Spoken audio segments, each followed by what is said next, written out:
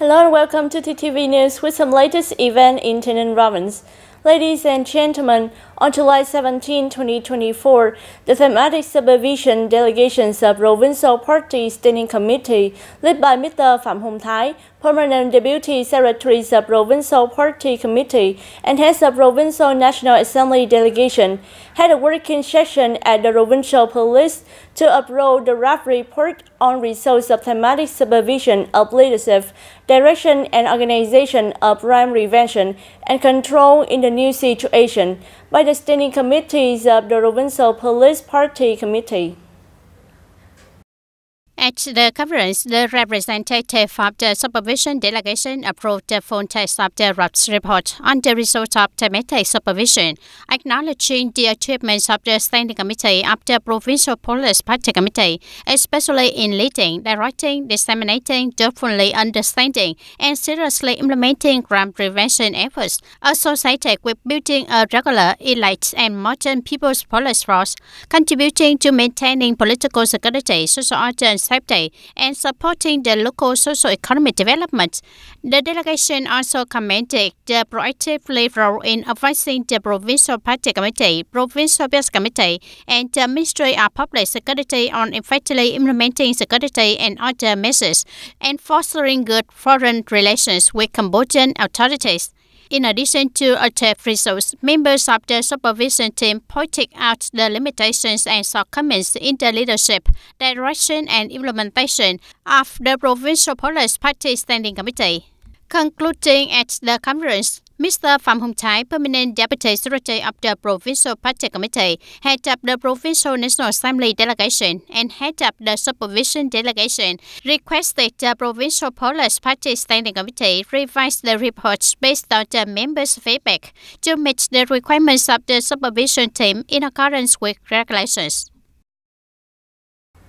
On the occasions of 77th anniversary of War Invalid and Murder Day, July 27, 1947, July 27, 2024, on the morning of July 18, Mr. Nguyễn Mạnh Hùng, Deputy Secretaries of Provincial Party Committee, led by delegation to visit and give gift to policy families and individuals with material service in Hoa Thành Town. In Thu Đông Commune, the delegation visited and gave gift to Vietnamese Heritage Mother Phạm Thị Bé, born in 1936, and Mr. Hoàng Ngọc Chấp, born in 1932. In Hiệp Tân Ward, the delegation visited Mr. Dương Thanh Hồng, born in 1949, former Provincial Party Committee member, former Vice Chairman of the Provincial People's Committee, and Mr. Trần Thanh Hải, born in 1947, former Provincial Party Committee member, former Directors of the Department of Culture and Information. In Long Hoa Ward, the delegation visited Mr. Tô Thanh, former member of the Provincial Party Committee and former Directors of the Department of Culture, Sport and Tourism. At each place visited, Mr. Nguyễn Mạnh Hùng thoughtfully inquired about the health of the families, expressed his gratitude and deep appreciation to War Invalid, sick soldiers and families who have made many sacrifices and contributions to the cause of national liberation and unification. On the same morning, Mr. Trương Nhật Quang, member of standing committees of Provincial Party Committee, heads of Provincial Party Committee Mass Mobilization Committee, along with the leaderships of Bến Cầu District, visited and wished good health and gave gift to 10 Assembly policy family and individuals who have made significant contributions in the district. On this occasion, the delegation visited and directly gave gifts to 3 exemplary policy families and individuals with meritorious services in the district, such as Miss Phan Thị Oanh, born in 1955. 60% were invalid, living in Quarter 4 Bến Cầu Town. Mr. Phạm Văn Bằng, born in 1952, 26% invalid, living in Long Phi Hamlets, and Mr. Trần Văn Phương, born in 1952, 26 invalid, living in Long Hưng Hamlets, Long Thuận Commune. At each place, Mr. Trương Nhật Quang kindly sent greetings with good health to policy families and war invalids in the district and presented gifts from the Provincial Party Committee, People's Council, People's Committee, and the Provincial Vietnam Fatherland Committee of the province to its family.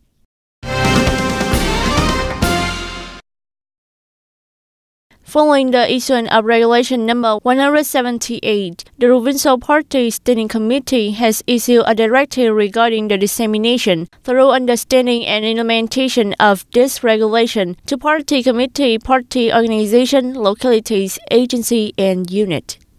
Accordingly, the Provincial Party Standing Committee requests party committees, party organization, localities, agencies, and unit to disseminate thoroughly, propagate, and implement Regulation number 178, date June 27, 2024, issued by the Politburo in an appropriate form. This is aimed at creating positive change in awareness of party committee, agencies, unit, cadre, party member, and people about the importance of controlling power, preventing corruption and negativity in lawmaking activity.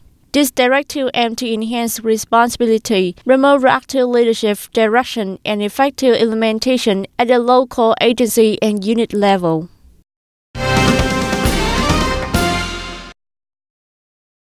Politburo member and standing member of the Party Central Committee Secretariat Leung Keung, on behalf of the Politburo, has signed into the promulgation regulation number 178 on controlling power, preventing corruption and negative acts in lawmaking work. This regulation includes 4 chapters and 18 articles.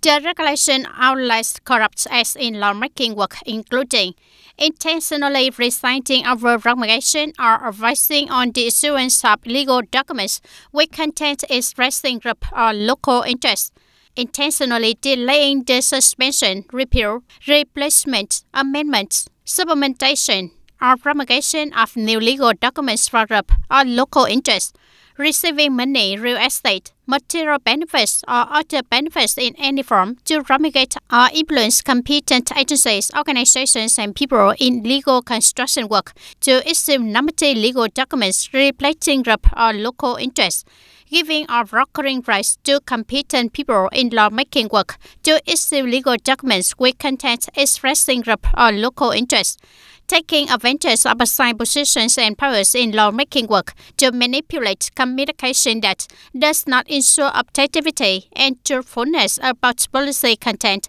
in lawmaking work for personal gain.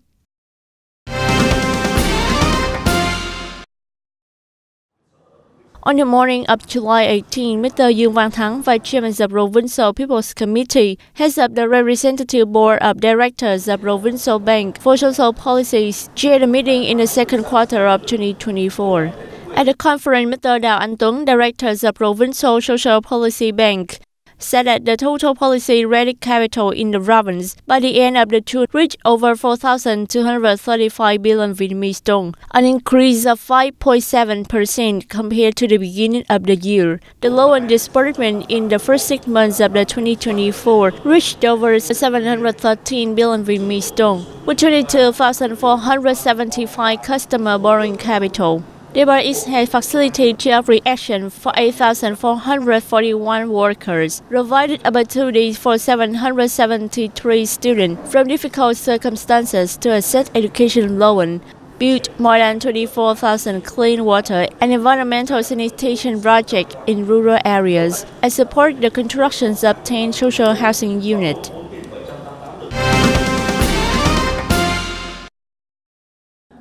In the first 6 months of the year, the entire province propaganda and training sector recorded a number of results as follows: promptly implementing tasks, ensuring compliance with proposed programs and plans, always rightly coordinate with the party committee to advise the Provincial Party Standing Committee on documents directing the thorough implementation of resolutions, directives, and regulations of the party, provide preliminary summary advice on the implementation of resolutions, directives, and conclusions of the party and the Provincial Party Committee in the field of propaganda.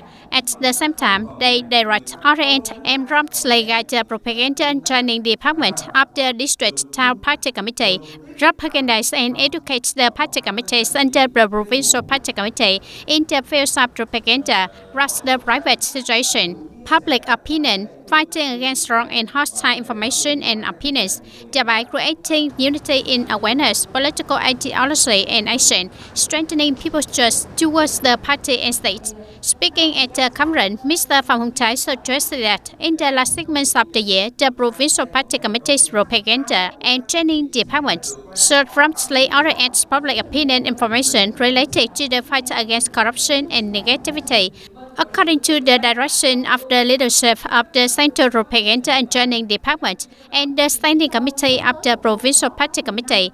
Direct the organization of the 4th Press Award on Party Building in TayNinhTV Province 2024 and participate in the 9th National Press Award on Party Building 2024. In addition, the work of building the party on ethics, promoting learning and following Ho Chi Minh's ideology, ethics and style needs to be regularly carried out.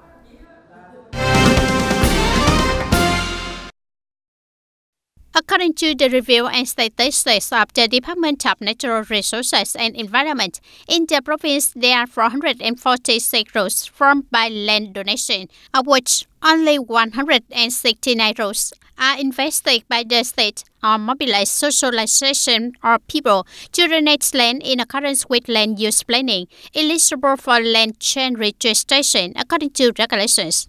This department has sent official dispatches to the People's Committees of districts, towns and cities, requesting localities to study and allocate local budgets to carry out measuring and adjusting land changes for people. For roads where have been formed and are being used by people as pathways but are not on cadastral map records or not included in planning, the Department of Natural Resources and Environment requests that the People's Committees of districts, towns and cities need to consolidate legal documents and currentness to propose competent agencies to consider adjusting and updating cadastral records and planning documents.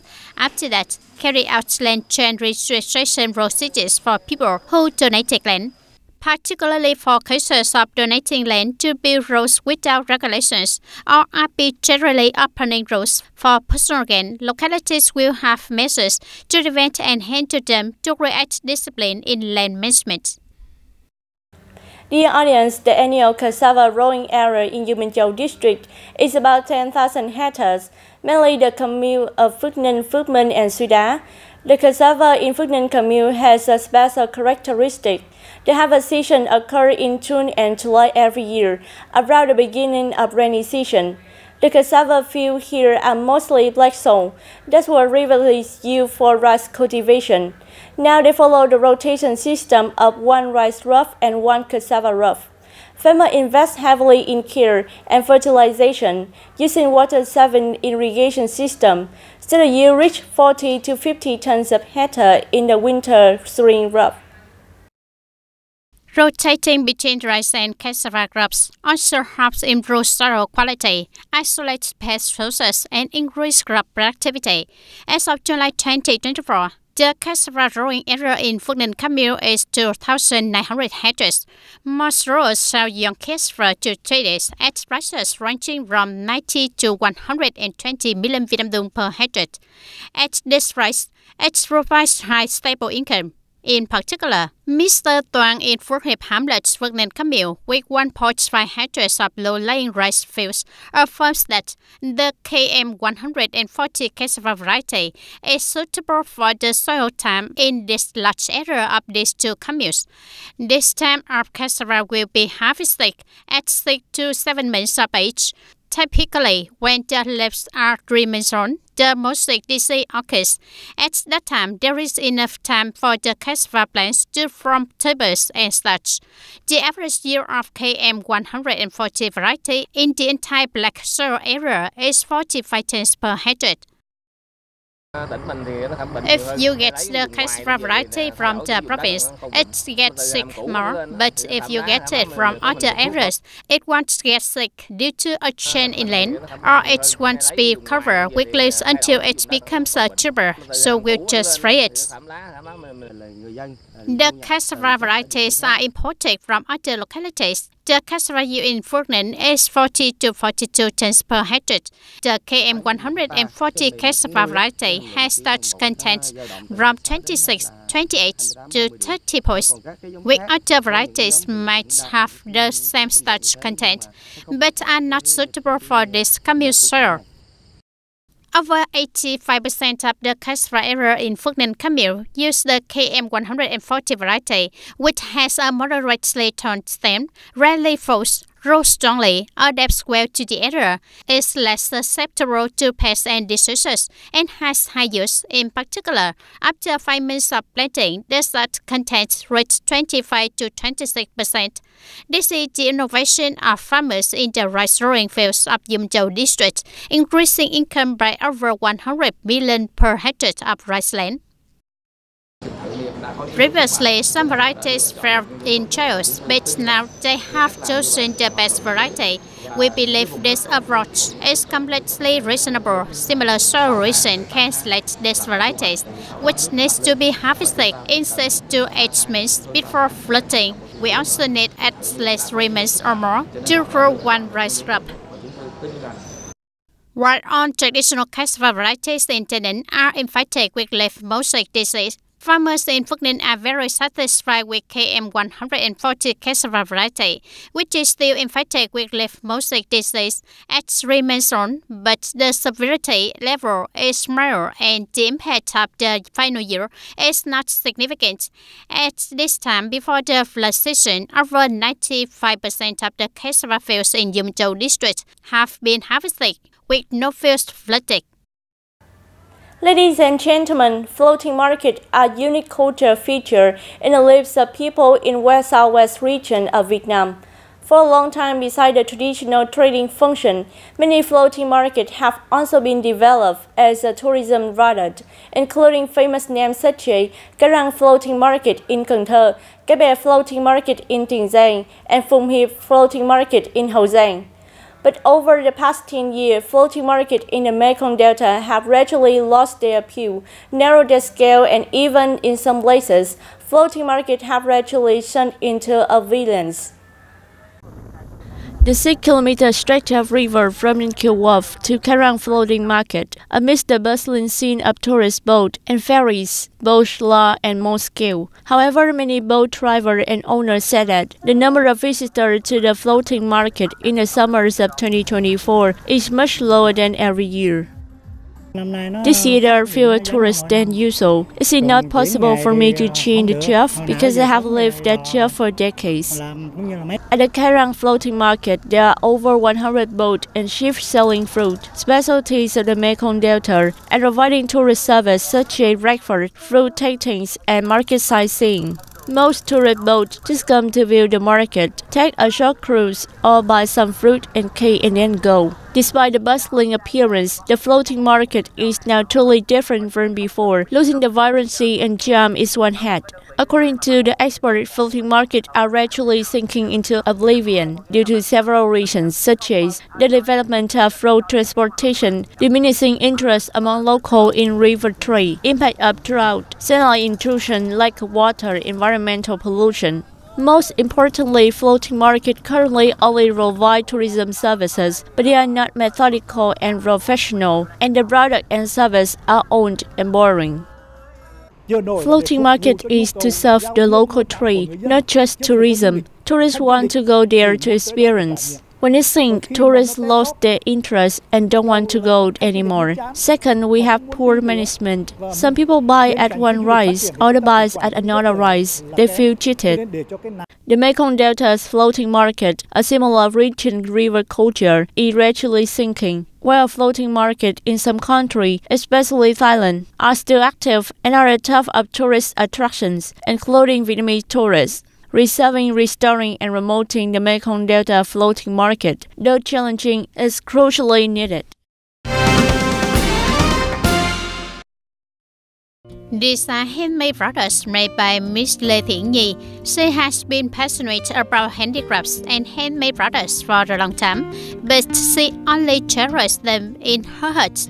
2 years ago, when she joined a group of people who make handmade woolen items, her passion burned even stronger. So she quit her job at the company and returned to TayNinhTV to live with her passion. Miss Nhi said that at first The brothers Simi were not beautiful and as expected. However, she was not discouraged. She still tried to research on the internet and work hard until the product was perfect. At first, I only learned to sew off, but I became more and more passionate from the basics to exploring other models. It all comes from passion for me. If I can make fine art products, I can make them at home and have more time to spend with my family. The local women's union also said that in the coming time, the association will provide support to help Miss Ye find the stable output for her products. At the same time, coordinate with Miss Ye to trade handmade plastic basket weaving to members and local women so that the women can have more jobs in their spare time, increasing income for themselves and their families. And that's all for today, TTV News. Thank you for being with us and goodbye for now.